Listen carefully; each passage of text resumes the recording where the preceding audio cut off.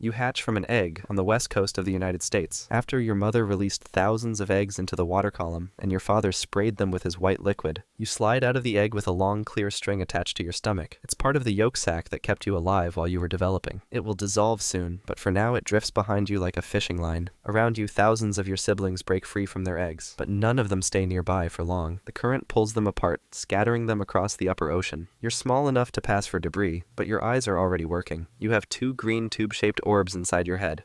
You're meant to live deeper in the ocean, where the pressure is higher and predators move slower, but your body isn't ready for it yet. Your fins are too soft and your organs are still developing, so you float near the surface until you're strong enough to sink. You watch one of your siblings hover in place with its mouth open, catching plankton from the water. You try the same thing. And it works. Tiny particles drift in and vanish down your throat. You don't know what you're eating, only that it fills your gut. Then something flashes above you. The sibling you were copying gets pulled into a mouth and disappears. You stop moving and watch. But the fish turns and comes back for more. Instead of waiting, you tilt your body down and let yourself sink. The deeper water is colder, but it feels safer. The light above fades, and the water around you turns green, then dark. Your body starts to change. The clear bubble on your head begins to grow. The soft parts inside your skull get stronger. You're not fast, and you're not strong. But soon, you'll be able to look straight up through your own head and see anything coming before it sees you. Skip forward a bit, and you're a few weeks old now. Your body is stronger, and your fins have stiffened enough to steer. You've sunk deeper into the ocean, into the twilight zone, where there's not enough light for photosynthesis, but you can still see. You hold yourself steady in the middle of the water. It doesn't take much effort. Your body is full of jelly-like tissue that helps you stay in place without burning energy. You move just enough to stay upright. You haven't eaten in days, but that's normal. Barreleye fish have one of the slowest metabolisms in the ocean. You don't waste anything. You can survive for weeks between meals without becoming weaker or panicking. You try to hunt, but you miss. You swim toward a flickering blob in the distance, but it turns out to be nothing. Your eyes are still developing.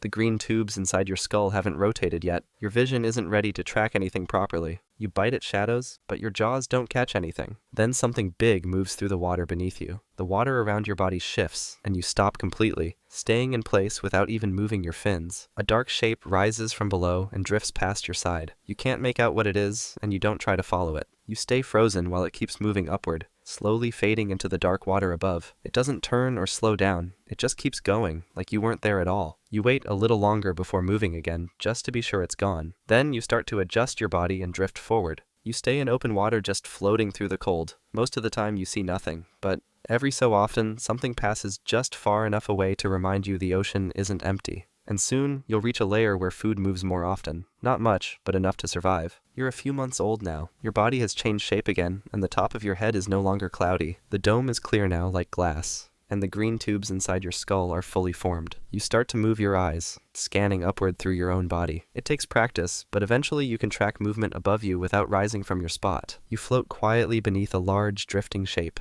It's a siphonophore, a strange creature that looks like one animal, but is actually a whole group living together. When something gets too close to it, it immediately goes still, paralyzed by a sting. You don't move. You keep your distance and stay below. The siphonophore pulls the stunned fish upward, wrapping its tendrils around the body and slowly dragging it in. You've seen this happen before, but this time, you stay close and wait for your moment. As one of the lower tentacles dips closer to you, you begin to swim upward, moving carefully so the current doesn't give you away. The fish hanging from it is still alive, barely twitching. You come up underneath and open your jaws. One clean bite, and it's gone. You turn and sink back into the shadows before the colony reacts. But nothing happens. It doesn't chase you, and it doesn't seem to notice what you've taken. The fish was small, but it fills your gut in a way nothing else has before. This is how you'll feed from now on. Not by chasing or fighting, but by taking what's already been caught. But you're not the only one learning this trick, and next time, someone else is already waiting when you arrive. You're 1 year old now, and you've been tracking a jellyfish across the dark water. You're close enough to see the torn edge of the body folding inward. It won't survive much longer, so you keep your pace steady and prepare to bite. But then, something moves across your path. Another barreleye fish approaches from the other side. It's your size, and it's heading straight for the same jellyfish. You both stop a short distance away, hovering just outside reach. The space between you holds still, but your eyes stay on each other. You move first and lunge. The other fish moves at the same moment, and your heads collide in the middle. The hit isn't strong, but it's powerful enough to knock you off balance. The jellyfish uses that moment and escapes. You circle once, then follow him as he goes after the jellyfish. But you're not aiming for the jellyfish anymore. You're aiming for him. Your mouth snaps open as you push forward and clamp down near the base of his body. He tries to shake free, but you don't let go. You bite again, this time higher, near the base of his skull. The dome flexes under your teeth but doesn't break. He turns and opens his jaws slightly, but he's too slow. You bite the dome a second time, then a third, and the soft membrane begins to tear. The pressure releases suddenly, and a long trail of cloudy fluid leaks into the water. The tubes inside his skull lose their shape, and he goes still. You watch for a second,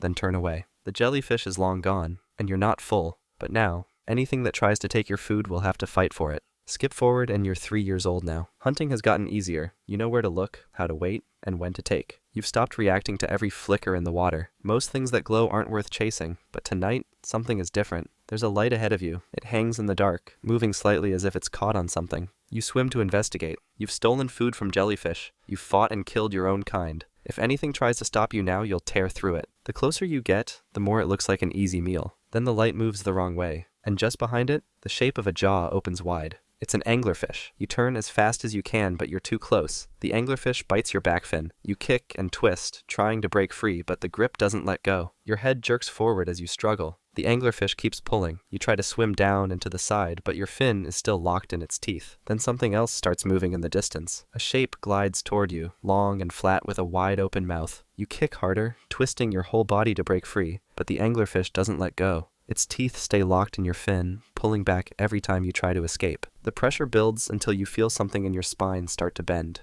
You push and pull, but nothing works. The goblin shark keeps coming. Its mouth is already open. You can see the pink skin of its jaws stretched forward, ready to snap. It doesn't care what's in front of it. You're going to die next to the thing that caught you. You push again, harder than before. You don't have a plan. You just don't want to be eaten. And then, something tears. A sharp pain shoots through your back. The weight on your fin disappears. You don't stop to check what's missing. You just swim, straight down and away into the cold water below. Behind you, the goblin shark swallows the anglerfish whole and keeps going. You keep moving until the water goes quiet again. When you finally stop, your body shakes. Your fin is ripped, and your muscles feel weak. You don't know how close you were to dying. You only know it was closer than ever before. You're 5 years old now. You're deeper than you've ever been, holding your position just above a field of marine snow. You've been floating in place for nearly an hour, waiting for a siphonophore to drift past, but nothing has appeared yet. After a couple of hours, the water starts humming. It's quiet at first, just a low vibration against your body. But the sound gets louder, and the light follows. Something's moving toward you. You turn slightly and let yourself drift sideways. Whatever this thing is, it's following you.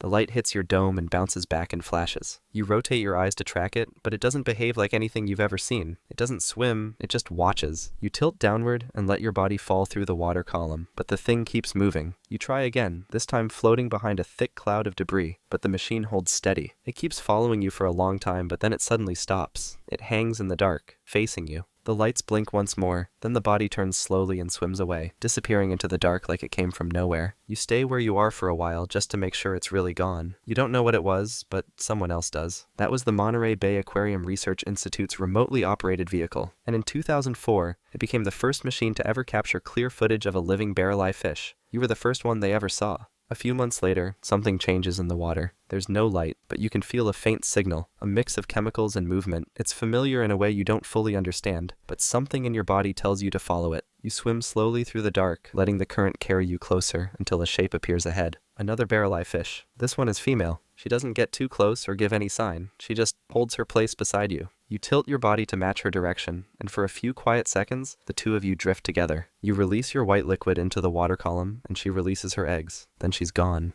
You don't follow. There's no parenting in your species. The only thing left behind is a chance. And now your genes are part of the ocean, drifting with the rest of the life that never meets again. A few days later, you see something falling through the water. It's small and pale, drifting straight down. Maybe it's food or maybe it's nothing, but either way, you follow it. You keep your body straight as you sink past your normal layer. The water gets colder and the pressure rises. There are no other fish down here, just a trench that drops deeper than anywhere you've been. You pass through a layer where the oxygen drops off. Below this point, almost nothing survives for long, but you don't stop. You keep descending, with your eyes locked on the shape ahead. Your body holds together and your organs stay in place. But your head isn't built for this. The pressure just keeps building. Then, without warning, your dome collapses. The clear fluid inside is forced inward and your eyes burst inside your skull. You stop moving. The shape you were following keeps falling without you. That's where your story ends, alone and too deep to matter. Life as a barreleye fish might be rough, but there's another animal out there that has it way worse. Trust me, it's wild. Check out the video and see for yourself.